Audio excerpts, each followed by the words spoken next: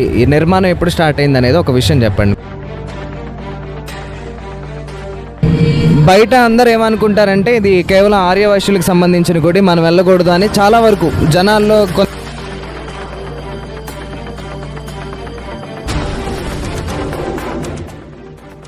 గుడి కట్టేటప్పుడు మీకేమైనా అడ్డంకులు వచ్చాయా? ఇంతకు ముందు బాబుగారి దివానం 1973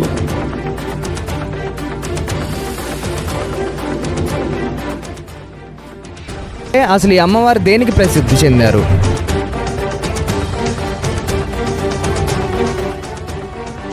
పైనుంచి ఇంకా ఏమన్నా ఫండ్స్ వస్తూ ఉంటాయా?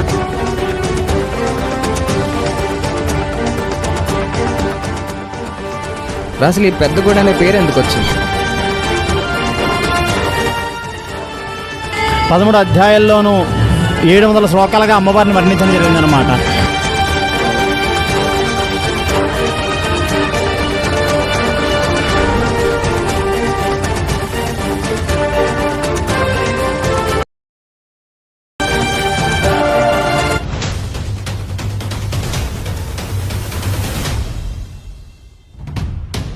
ఈరోజు మనం అశ్వారావుపేటలో ఉన్నటువంటి వాసవి కన్యకా పరమేశ్వరి గుడి దగ్గరికి వచ్చాము. ఈ గుడి యొక్క ప్రాముఖ్యత ఏంటో మనం ఈ ఆలయం యొక్క కమిటీ సభ్యులను అడిగి తెలుసుకుందాం. ఈ నిర్మాణం ఎప్పుడు స్టార్ట్ అయింది అనేది ఒక విషయం చెప్పండి మీరు. జయవాసవి. నా పేరు సేమగుర్తి సుబ్బారావు. నేను అశ్వారావుపేట వాసవి క్లబ్ ఆధ్వర్యంలో సేవా కార్యక్రమాలు చేసుకుంటూ 5-6 సంవత్సరాల నుంచి వాసవి క్లబ్ సేవా కార్యక్రమాలు చేస్తున్నాను. ఈ అశ్వారావుపేటలో శ్రీ వాసవి కన్యకా పరమేశ్వరి దేవాలయం నిర్మాణం చేయడానికి 1973 సంవత్సరము దేవాలయం నిర్మాణం చేశారు. ఆర్యవైశ్యులు అందరి పెద్దల సహకారంతో ఈ నిర్మాణం చేశారు. ఈ ఆర్యవైశ్యులకు ఈ గుడి కట్టక ముందు ఆర్యవైశ్యులు చాలా భేద పరిస్థితులు, చాలా అనేక రకాల ఇబ్బందులు పడుతూ వివాహం కాక చాలా ఆర్థిక ఇబ్బందులతో ఎదుర్కొంటూ తినడానికి కూడా ఇబ్బందిగా ఉండేది.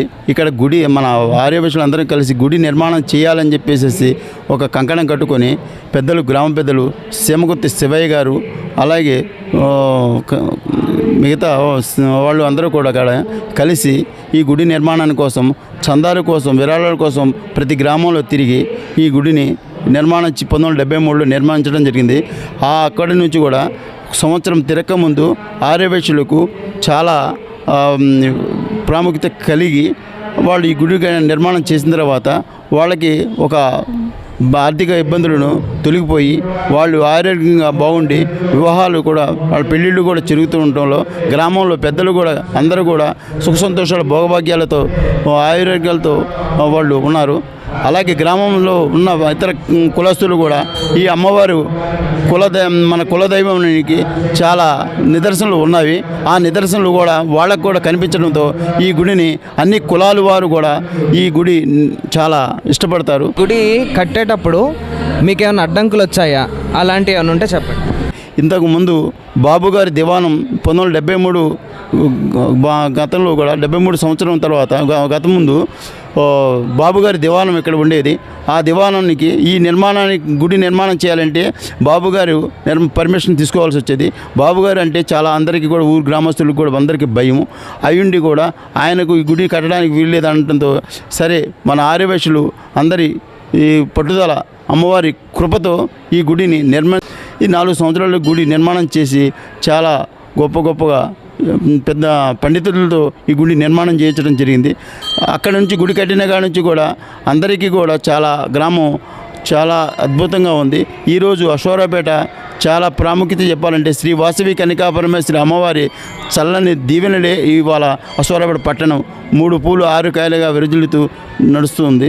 గ్రామ పెద్దలు కూడా అందరూ కూడా ఈ విషయాన్ని అమ్మవారి అంటే చాలా ప్రాముఖ్యత అని చెప్పేసి అందరూ కూడా దీన్ని నమ్ముతారు. ఈ అమ్మవారి నిదర్శనలు ఏంటంటే అమ్మవారు రాత్రిపూట 1 గంట సమయంలో గ్రామం చుట్టూ కూడా తిరుగుతూ గుడి చుట్టూ కూడా తిరుగుతూ ఎంతోమంది అమ్మవారు గజ్జల మోతలతో వాళ్ళకి ఎదురు కలిగి భయపడి ఏంటి ఎవరు అని చెప్పేసి భయపడుతూ ఉండి ఈ గుడి చుట్టూ కూడా సాంబ్రాణి ధూపంతో వాసనతో గజ్జల సౌండ్తో తిరుగుతూ ఉంటారు.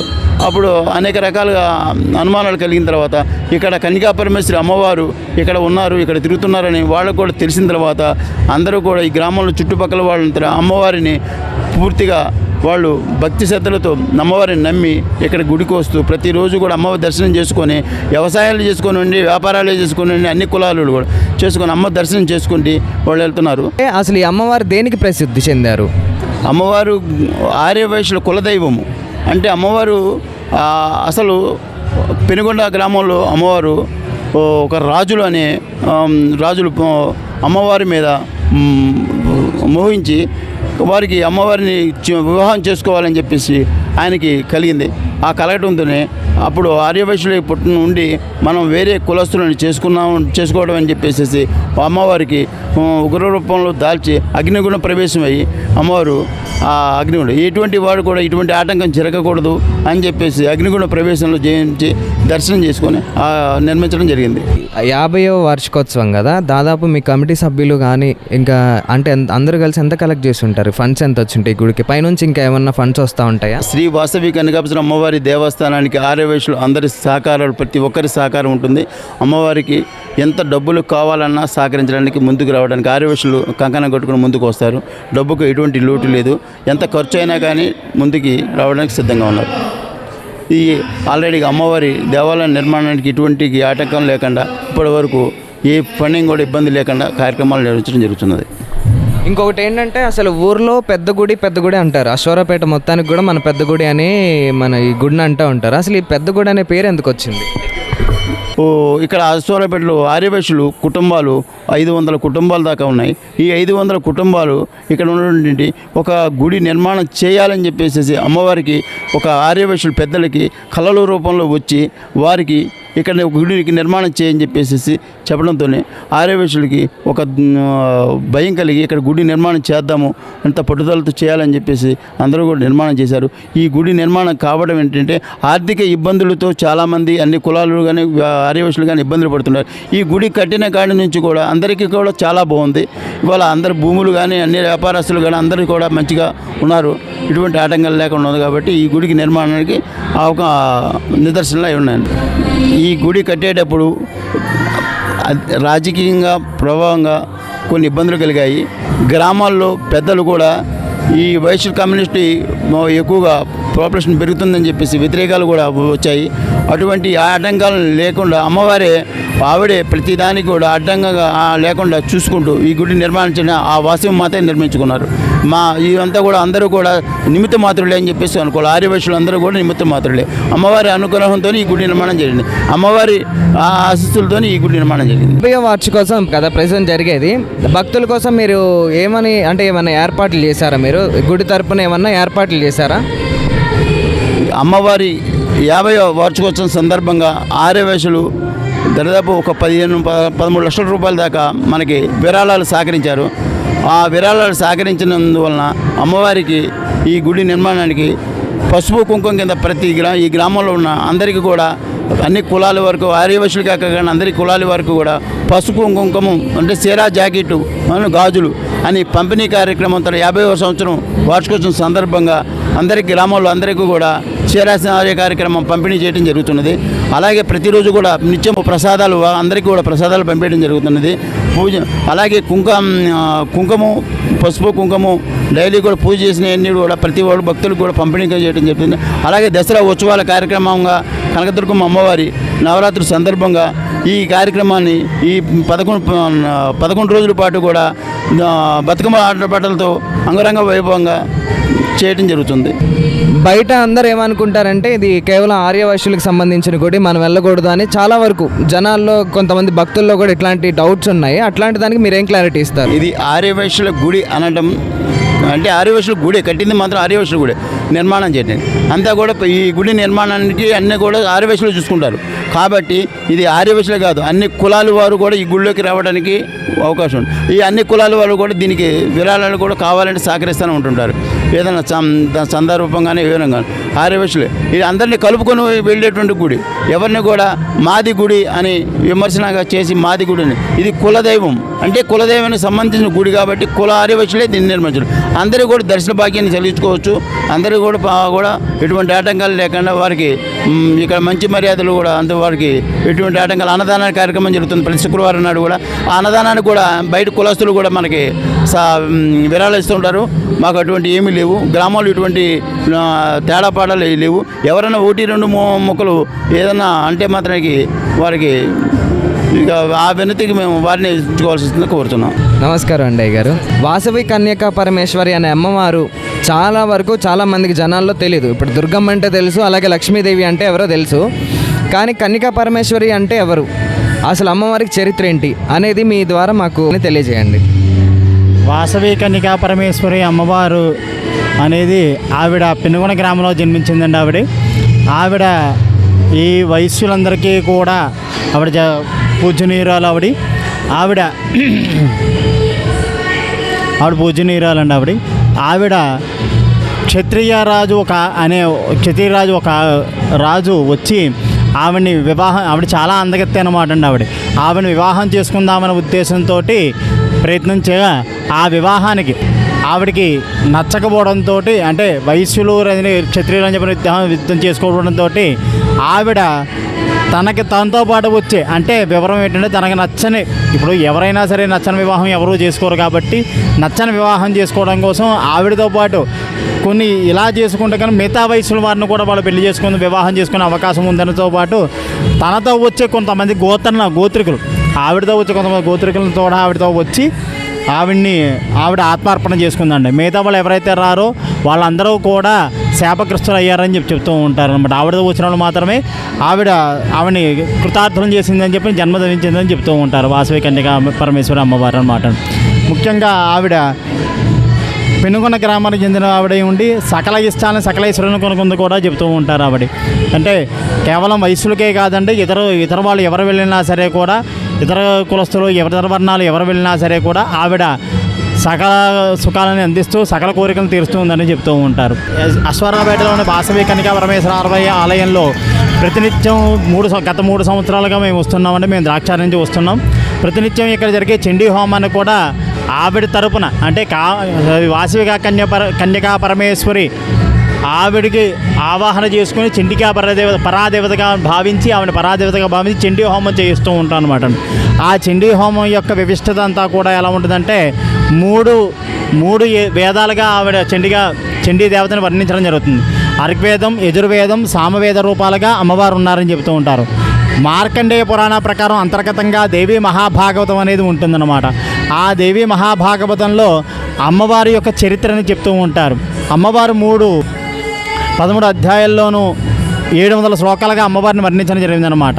3 వేదాల్లో అర్గ్వేదం, యజుర్వేదం, సామవేదంగా చెప్పడం జరిగిన తర్వాత అమ్మవారి యొక్క అర్గ్వేద రూపంలో మహాకాళీ రూపంలో అమ్మవారు మధుకైటబులు అనే రాక్షసులను సంహరించడం చెప్తూ ఉంటారు. మధుకైటబులు అనే రాక్షసుల్ని ఆవిడ సంహారం చేసిందనమాట అండి.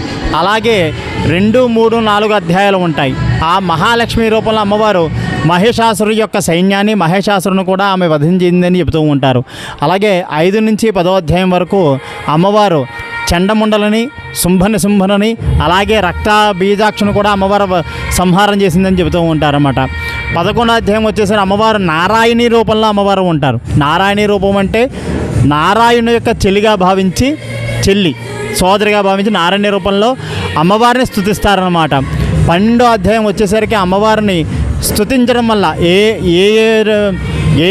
టైంలో ఎవరు స్తుతిస్తే ఎలా జరుగుతుంది, ఎప్పుడు స్తుతించాలి, అమ్మవారిని ఎక్కడ హోమం చేసుకోవాలనే విధంగా 12 అధ్యాయంలో ఉంటుంది. 13వ అధ్యాయం వచ్చేసరికి అమ్మవారి యొక్క ఈ హోమం చేయడం వల్ల వచ్చే లాభం అంతా కూడా చెబుతూ ఉంటారన్నమాట. అసలు ఈ విధంగా ఎందుకు బయటకు వచ్చిందంటే ఇద్దరు, ఒక రాజు, ఒక క్షత్రియుడు, ఒక వైశ్యుడు ఉంటాడు.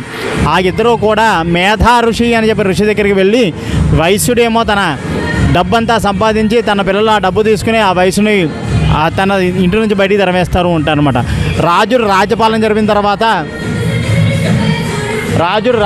చేసిన తర్వాత రాజ్యాన్ని కోల్పోయి మొత్తం సర్వం కోల్పోయిన తర్వాత ఆ మేధాఋషి దగ్గరికి వెళ్ళిన తర్వాత ఆ మేధాఋషి ఈ వృత్తాంతం అంతా చెప్పడం మొదలు పెడతాడనమాట అండి. ఇదంతా చండీ అమ్మవారి యొక్క దేవీ భాగవతంలో మార్కండేయ పురాణ ప్రకారం దేవీ భాగవతం ఉంటుందని చెప్తూ ఉంటారు. విశేషం అంతాను అమ్మవారి యొక్క చరిత్ర తెలుసుకోవడానికి ఇందులో అమ్మవారిని ధ్యానం చేస్తే మనకి ఎలాంటి శక్తిని ఇస్తారు, ఎలాంటిది మనకి వస్తుంది, ఎలాంటి శక్తి మనకు వస్తుంది, ఎలాంటి ఐశ్వర్యం పొందుతాం, ఎలాంటి బాధలు తొలుగుతాయో అన్నీ కూడా విశేషంగా ఇందులో చెప్తూ ఉంటారనమాట. అంటే ఎప్పటి నుంచి చేసుకోవాలి, బాలాగ్రహవిభూతన శాంతికారకం అని చెప్పి కూడా ఉంటుందన్నమాట. అంటే బాలారిష్ట దోషాలు ఉంటాయి, పిల్లల మధ్యలో బాలారిష్ట దోషాలు ఉంటాయి. అలాగే దుస్వప్నాలు వచ్చినప్పుడు జరుగుతూ ఉంటాయి. అలాగే కష్టం కలిగినప్పుడు కూడా ఈ అమ్మవారికి హోమం కానీ పారాయణ కానీ చేసుకుంటే కనుక ఆ సకల సుఖాలు అనిపిస్తారని చెబుతూ ఉంటారనమాట. ఇక్కడ ఈ అమ్మవారికి నిదర్శనాలు ఏమైనా ఉన్నాయా? మన యశోరాపేటలో వెలిసినటువంటి అమ్మవారికి ఏమైనా నిదర్శనాలు ఏమైనా ఉన్నాయా భక్తుల ద్వారా? మీకు ఏమైనా తెలిసినవి ఉన్నాయా అని అడుగుతాను. భక్తుల ద్వారా తెలిసిన విషయాలు ఏమిటంటే చాలా నిదర్శనాలు ఉంటాయండి. అమ్మవారికి ఎప్పుడూ కూడా నిదర్శనం అనేది అమ్మవారు మనకి భయభ్రాంతులను తొలగించి మనోధైర్యాన్ని ఇస్తుంది కాబట్టి మన ఏ కష్టంలో ఉన్నా సరే ఆవిడ వెనకుండి నడిపిస్తుంది కాబట్టి మనం ఏం చేసినా సరే అమ్మా అని చెప్పిన ఆవిడ అనగానే మనకి సకల కార్యాలు దిగ్విజయంగా తెలుస్తుంది. మనకి సహజంగా మనకి ఏంటంటే శరత్కాలంలో ఏం చేసినా సరే మనకి అన్ని గ్రహాలు అనుకూలంగా ఉంటాయని చెబుతూ ఉంటారు. అంటే దక్షిణాయనంతా ఒక సంవత్సరం వరకున చూస్తే కనుక ఒక రోజులో పరిగణిస్తే కనుక దక్షిణాయనంతా ఒక సంవత్సరంగాను ఒక రోజులో పరిగణిస్తే కనుక బ్రాహ్మీ ముహూర్తంలో ఉంటుందన్నమాట. ఈ శరత్కాలం అనేది బ్రాహ్మీ ముహూర్తం. అప్పుడు మనకి ఏ కష్టం వచ్చినా సరే ఆ ముహూర్తంలో మనకి సహజంగా లేచి మన ప్రాణాయామం చేసినా ఏం చేసిన శక్తి మనకి ఎలాగే శక్తి వస్తుందో అలాగే అమ్మవారిని అనుగ్రహింపజేస్తే అనుగ్రహాన్ని పొందిన వారై ఉంటారని చెప్పి పూజ చేస్తే అనుగ్రహం పొందిన వారై ఉంటారని చెబుతూ ఉంటారు. ఇలా చాలా నిదర్శనాలు అనేవి ఉంటాయండి. మన శక్తి కోరుకునేది ఏదైతే కోల్పోయినాం అంటే సర్వం కోల్పోయిన తల్లి నీదే భారం అంటే వాళ్ళకి చాలా మంచి జరిగిన రోజులు కూడా చాలా ఉన్నాయండి. అలాగే అట్టడుగు స్థానం ఉన్న వాళ్ళు కూడా ధనవంతులైన వాళ్ళు ఉన్నారు. అదే రోగంతో పెట్టి ఉన్న వాళ్ళు కూడా బయటికి ఆరోగ్యంగా వచ్చిన వాళ్ళు కూడా ఉన్నారన్నమాట.